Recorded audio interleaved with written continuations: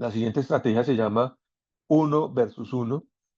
Entonces, aquí en lugar de hacer un clasificador que separe la clase 1 de todas las demás, lo que hacemos es construir clasificadores por parejas, por pares. Vamos a construir un clasificador que separe la 1 de la 2, la 1 de la 3 y luego la 2 de la 3, ¿cierto? Son clasificadores por pares. La frontera de decisión completa que aparece aquí es esta, ¿cierto? La frontera de decisión, digamos, combinada en este caso. Tampoco tienen que ser lineales, pueden ser no lineales, ¿cierto? En este caso, miren que estoy usando el wrapper 1 versus 1 classifier, ¿cierto? Eh, entonces, vamos a ver que es una estrategia equivalente, ¿sí? Aunque hay diferencias estructurales en una y en otra, ¿sí? Digamos, una de las diferencias fundamentales entre esta estrategia y la anterior es que cuando yo tengo que entrenar clasificadores por pares, realmente tengo que entrenar más clasificadores que en el caso anterior. Para 3 clases, pues son 3 clasificadores, pero cuando yo tengo 4 clases, en el problema que teníamos antes, de arriba, yo tengo 4 clases, ¿cierto? Un clasificador que separe la 1 de los demás, la 2 de los demás, la 3 de los demás, la 4 de los demás. 4 clasificadores. Pero cuando yo tengo que hacer clasificadores por pares, entonces yo tengo que hacer un clasificador que separe la clase 1 de la 2, la 1 de la 3, la 1 de la 4, la 2 de la 3, la 2 de la 4 y la 3 de la 4, ¿sí? Miren que en este caso son 6 clasificadores, ¿cierto? La regla general que me va a decir cuántos clasificadores voy a tener que entrenar es esta que tenemos aquí. El número de clases por el número de clases menos 1/2. Entonces, en un problema de 4 clases tenemos 4 por 3, 12, sobre 2, 6, ¿cierto? Entonces, ¿qué problema tenemos? Que ha aumentado la complejidad computacional del sistema porque estamos teniendo que entrenar más clasificadores aquí que para la estrategia 1 versus ¿cierto? Uno contra todos. Aquí tenemos que entrenar más clasificadores. ¿Es todo malo en este caso? No, hay una ventaja. En el caso inicial, en el que teníamos una clase versus las demás, todos los clasificadores normalmente se van a tener que entrenar en contextos desbalanceados. Si tenemos un caso, por ejemplo, en el que tenemos 1000 muestras por cada clase, entonces el clasificador 1 versus el resto, si tenemos, por ejemplo, 4 clases, como lo que estamos haciendo aquí, entonces será 1000 clases 1000 muestras, perdón, versus 3000 muestras, ¿cierto? Esta clase que reúne a las demás va a tener muchas más muestras que esta. Por lo tanto, todos los clasificadores se van a tener que entrenar en contextos desbalanceados y sabemos pues que eso impone retos adicionales. ¿Listo?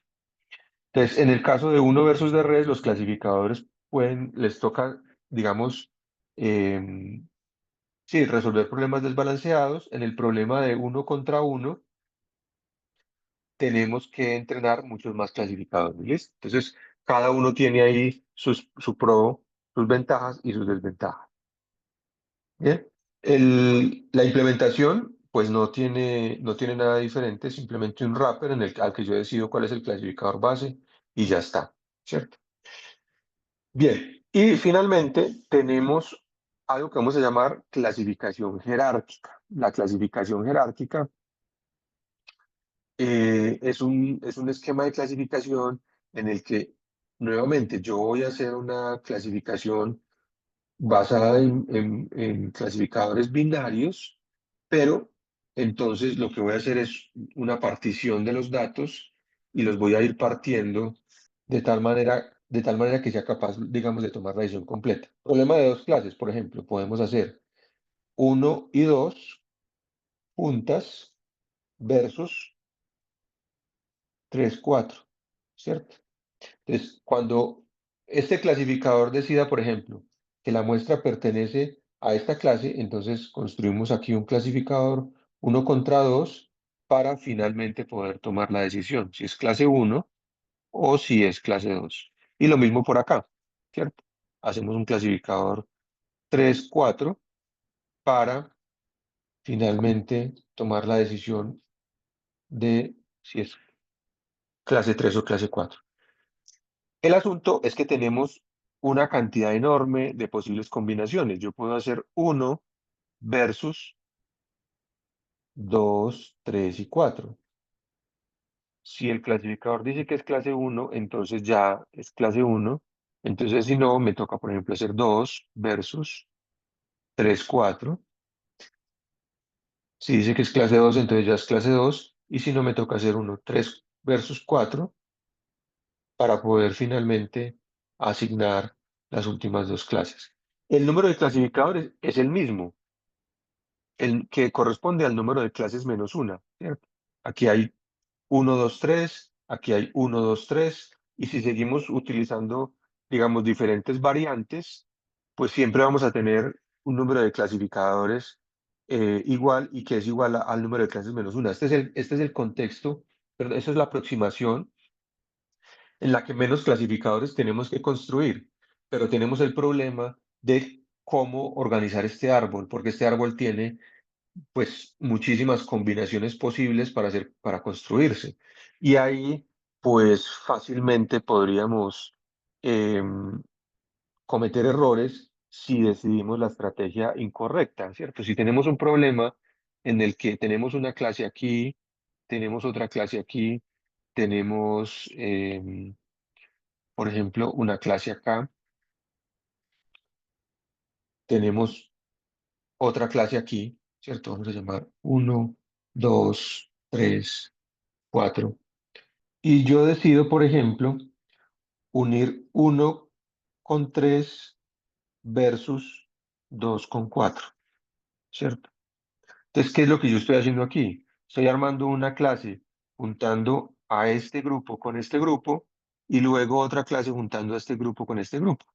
Pero es la tarea más complicada para poder diferenciar, ¿cierto? Para poder encontrar una frontera de decisión. La frontera de decisión, por supuesto, se puede construir, podría ser algo así, pero esta frontera de decisión es mucho más compleja. Cuando normalmente, pues los clasificadores base que yo utilizo, pues pueden ser clasificadores sencillos. Entonces, bueno, esta es una estrategia un poco más difícil y podría equivocarme fácilmente al construir, digamos, al decidir esta separación. ¿Listo? Eso es el problema fundamental que tiene. Aún así, pues se puede implementar. Hay una librería específica que se llama Scikit-Learn Hierarchical Classification, que me permite, que es una librería satélite de Scikit-Learn, utiliza más o menos la misma estructura y me permite construir un objeto de esta manera. Este es el nodo raíz, ¿cierto? Y yo le voy diciendo cómo se van construyendo los modelos, ¿cierto? El nodo raíz, luego del nodo raíz se desprende, por ejemplo, el nodo A y el nodo B, del nodo A se desprende 1, 7, del nodo B se desprende C y directamente ya la clase 9, 3 y 8, por ejemplo.